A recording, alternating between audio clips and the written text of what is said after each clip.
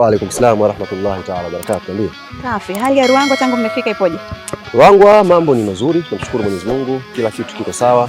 Tumewasili asubuhi ya leo kutoka Dar es Salaam na tumefika, tumekuwa na muda wa kutosha wa kupumzika na sasa hivi tumekuja kwenye mazoezi yetu ya mwisho hapa Majaliwa Stadium. Kila kitu kinakwenda sawa. Wachezaji 22 ambao tumekuja nao huku wote wako fit.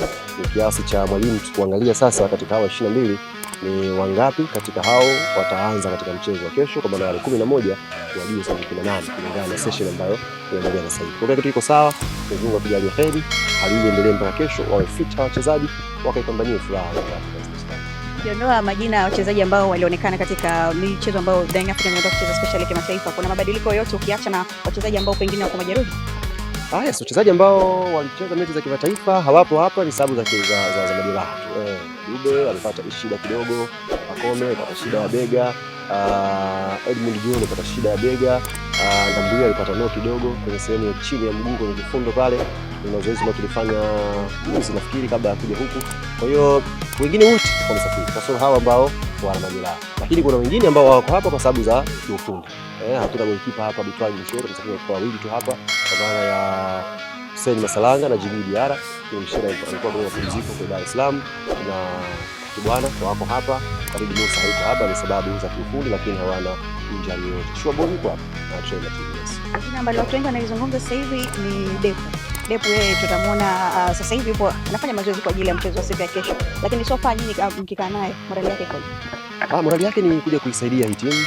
Tayari tumeshashinda qualify kwenda hatua robo finali. Kwa hiyo focus yote viongozi wachezaji ipo kwenye mashindano ya ndani. Kwa hiyo Depu anajua klabu hii imechukua ubingwa mara 3 mfululizo. Kwa hiyo nafasi yake yeye sasa hivi kuja kuongeza. Hivi na watu mara 4.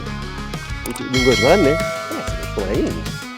Klabu hii imechukua ubingwa mara 4 mfululizo. Ni jukumu lake yeye kuja sasa kuweka mchango wake tuchukue mara ya 5. Anajua ugumu wa ligi ambao ameshacheza mechi 2, ameona ugumu wa ligi ulivyo na hawa ni wapinzani wapi ambao anakutana nao, lakini kwa quality yake ameshakutana na wapinzani wengi, ana nafasi ya kusaidia pia na siku ya kesho inshallah. Yaani kwa bahati mbaya timu zote ambazo zilikuwa zinashiriki kimataifa zote pia zimetolewa kwenye hatua hiyo ya makundi. Kwa maana hiyo timu zingine pia focus yao iko hapa pia kwenye timu Singida, timu Simba, timu Azam. Zote focus yao imehamishia pia kwenye michezo ya ndani na wote target yao pia ikiwa ni kufanya vizuri kwenye michuano ya ndani. Umezungumza vizuri, kufanya vizuri. Ndio watakusema kuchukua ubingwa. Wao kufanya vizuri ni kuchukua ubingwa. Vizuri kwa nafasi ya 2, kwa nafasi ya 3. Ni mafanikio hayo kwa wengine. Ila sisi Yanga kufanya vizuri tafsiri yake ni kuchukua ubingwa. Na bingwa always anakuwa Yanga African Sports Club. Ndio malengo ambayo tuko nayo. Kwa hao wengine wana malengo ya kurudi michuano ya kimataifa mwakani, wana malengo kushika nafasi ya 2. Kila mtu ana mipango yake. Na sisi kama Yanga mipango yetu ni kutetea tena ubingwa wa ligi kuu ya NBC. Kesho nadhani mnaweza kuondoka na alama ngapi hapo ukizingatia rekodi na Mungu ambao wako nayo ya kutopoteza mchezo nyumbani kwenye msimu huu? Msimu huu na Mungu hajafungwa hapa. Wallahi. Ana draw moja na Azam, hajafungwa msimu huu hapa nyumbani. Hapa draw na Pamba, kwa hiyo hajafungwa. Basi mechi itakuwa tamu. Na bora hii Messi nipitishe kabisa.